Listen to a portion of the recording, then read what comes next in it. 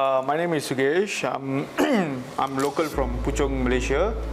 So I'm a chemical engineer by my career. So at MBF here, what we do is we have just started up something which is new.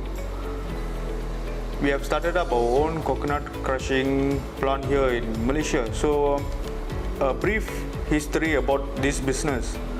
Before palm oil starts to emerge in Malaysia, during in the 50s or 60s, there were about 80 over coconut mills in Malaysia. So as soon as palm oil starts to come into Malaysia, so most of these coconut oil millers, which operates around the west coast of Malaysia, has transformed their coconut oil mill to either palm oil mill or palm kernel mill. So the business has gone into that way. So now what's the situation like is there's not much mills in Malaysia. There's few, I think there's 2 or 3. Starting this year, we have decided to explore into this business because this is not something new for us. We have existing 2 mills in Papua New Guinea under our sister company, which is WR Carpenters. So this will be our 3rd mill for our group. We know how to get this done. We are here to basically to supply coconut oil and copra mill to the local market in Malaysia.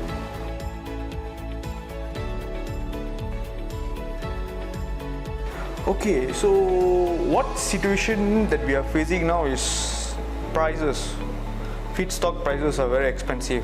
Chicken, beef, everything, the prices are going up. The main reason is because the cost for producing animal feed has gone up. Soy prices has gone up, corn prices has gone up, and then as you know, palm oil prices is fluctuating here and there. So palm kernel cake is one of the raw ingredients for animal feed has also gone up.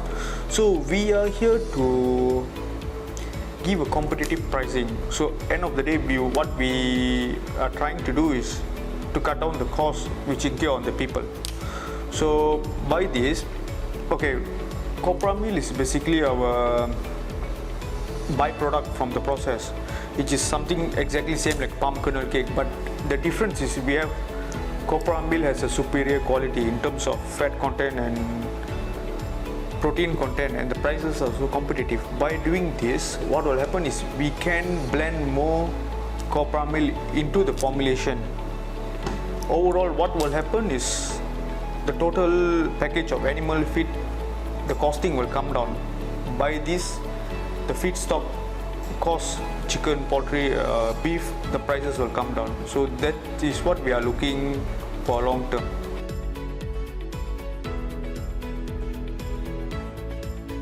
Earlier this year, we have started commissioning. So I think it's been 1.5 months we have been running into operation.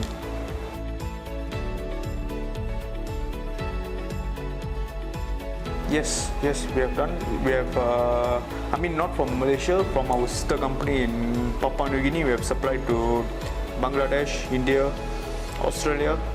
Copra meal is used for horse formulations, and Malaysia. Yes, when we was in Papua New Guinea, we were supplying to Malaysia. So once we are in Malaysia here, we know there's a lot of huge opportunity and potential market in Malaysia, because we can start.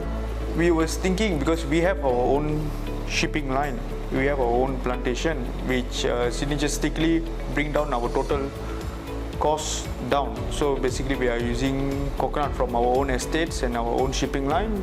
We are crushing here. We are producing the oil where the market is quite healthy. Copra meal market also is quite healthy because there's a lot of animal feed manufacturers over here. So that's the main reason why we are doing this business.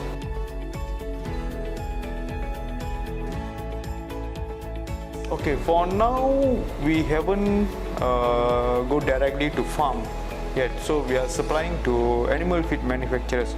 So they are using our copra meal as one of the raw material for their process. So it's not 100% of copra meal is going towards the animal. So it's a blend.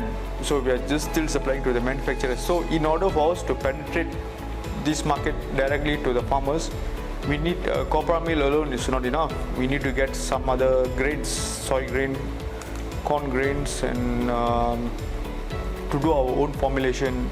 So that's the only way we can go straight to the farmers.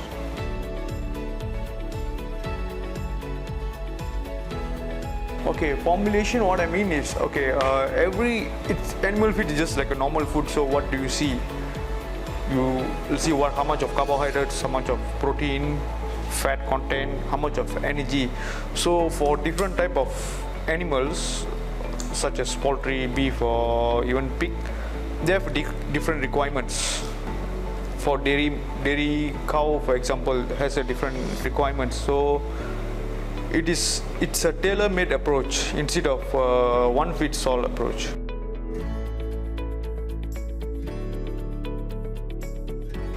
Okay, the brand is still under Carpenters Malaysia or under MBF Holdings Berhad is the mother company. So it's just crude coconut oil for now. So it's normal MEO/ME specification, Malaysian Edible Oil Manufacturing Association specification. So it's just like your normal crude palm oil specs, where your FFA is 4%, moisture, impurities, color, and all that. So it is still considered, it's not refined yet. So our goal is to sell this oil directly to refineries. Yeah, instead, how it could help local refineries is, most of the coconut oil now is being imported from Indonesia. So you have to pay for your freight, you have to pay for your local forwarding and all. So with us being here at Puchong, which is about 20 kilometers away from Port Klang, so I believe where most of the big refineries are, we can reduce effectively, we can reduce the coconut oil or CNO costs for our potential customers.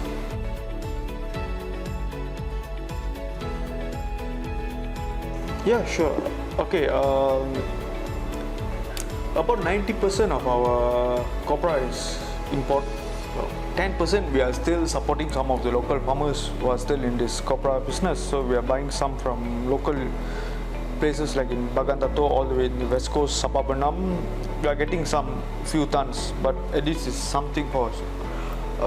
The first stage, of course, we have few control points where to prevent any foreign objects or metallic objects to infiltrate the plant. We have our own magnetic system to remove all of that. So the process is just fairly simple process. It's a twin stage screw expelling pressing. It's a hot press process. It's basically dried copra, which is coconut shell, which is sun dried. Will bring the moisture about 4 to 5%, and the oil content is about 60%. So by twin pressing, we use a screw expeller to press. What we will get is about 60% yield of crude coconut oil, up to 37% yield of copra meal. 3% is moisture loss, which we can't avoid.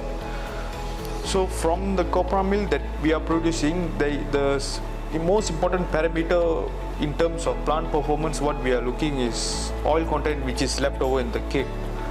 So we couldn't leave too much of oil in the cake. If not, that will cause molding issue and fungus issue. We cannot leave too little of oil in the cake, because that will be too poor of a quality, not suitable for animal feed. So we have our own margins where we control. Yeah. So this coconut oil is basically we don't pack it. We just, I mean, for export we can use flexi bag, 21 metric tons flexi bag. For local shipment is just a 40 to 45 tons road tanker. And as of for copra meal, we can do bulk bagging in 25 up to 45 kilos.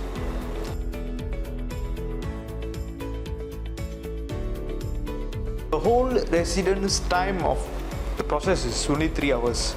So at the point where your raw material comes in, and at the point where your raw material turns into a product, it's about 3 hours. Yeah. So our plant has a capacity of 80 metric ton of copra crushing per day. At a minimum, we can produce about 40 metric tons of crude coconut oil per day. Yeah.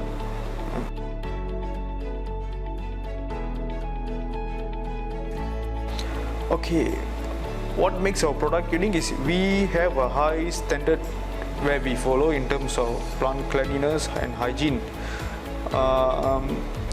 We have to keep in mind that we are producing raw material for animal feed, so we have to really take care of our standards in terms of quality.